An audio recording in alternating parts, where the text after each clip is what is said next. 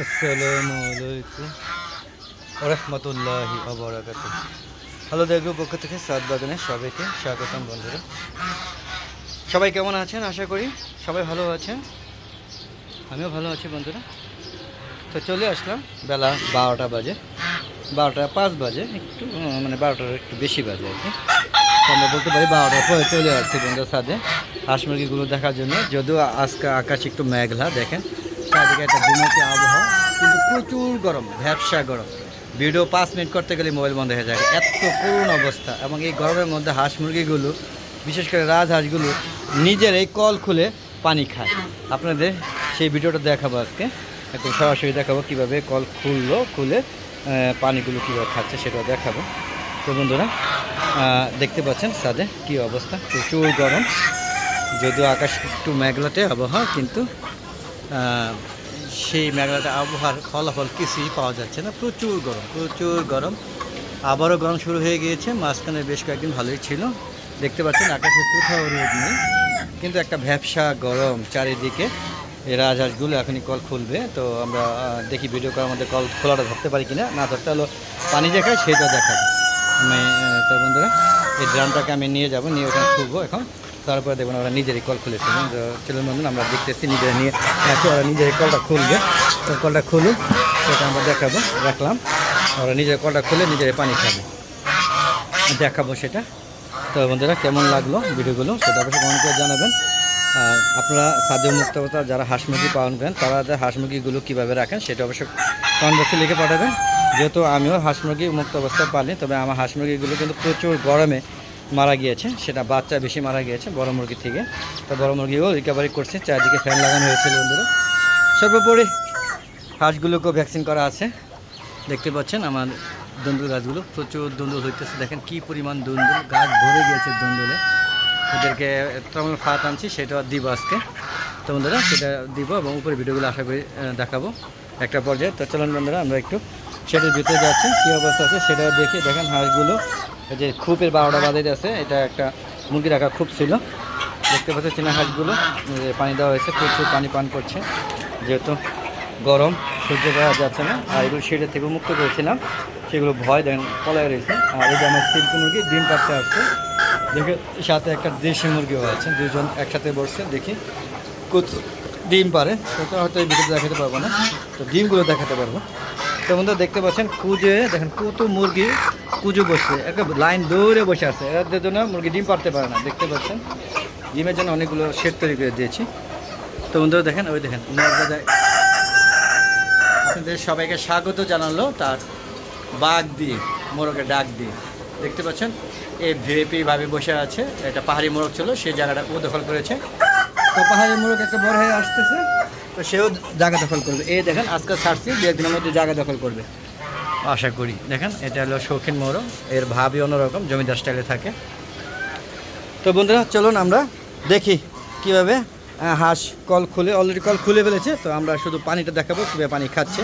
আমরা ভিডিও করতে করতে এই শুদ্ধ কল খুলে ফেলছে। চলুন বন্ধুরা দেখে আসি, তারপরে আবার বাকি ভিডিওগুলো দেখবো বন্ধুরা। চলুন দেখুন বন্ধুরা, এতটা গরম যে রাজহাঁস নিজেই কল খুলে তারপর পানি খাচ্ছে। আপনারা একটু দেখেন, তারপরে দেখাতে পারি নাই আমি, যেহেতু আমি ছিলাম না। হয়তো দেখি কল খুলে পানি খাচ্ছে, সেটা আমার দেখে তারপর চলে আসলাম। ওরা দেখতে পাচ্ছেন কী অবস্থা, কীভাবে পানি খাচ্ছে একটু দেখেন।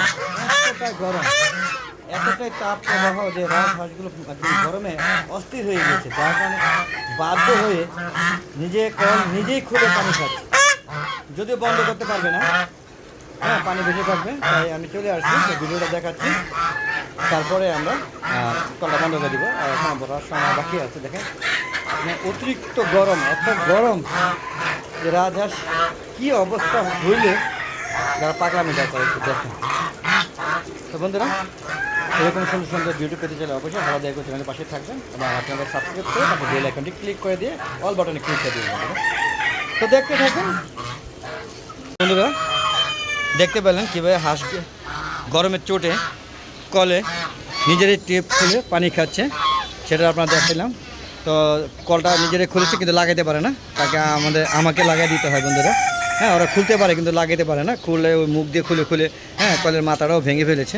তো মাথার এক সাইড ভেঙে ফেলেছে, তারপর ওরা মানে প্রচুর গরম কী করবো, তো হচ্ছে যে আমাদের দেখি যে এরা পানি ছাদ ভরে যাচ্ছে, তখন দৌড়ে এসে আবার এটা বন্ধ করতে হয় বন্ধু।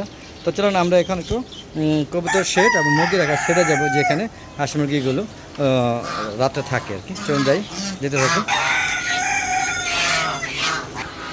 ঢুকে পারলাম বন্ধুরা, দেখতে পাচ্ছেন এখানেও দুটো চীনা হাঁস থাকে। আর এখানে যে মুরগিগুলো আসলে সবগুলোকে ছেড়ে দেওয়া হয়েছে।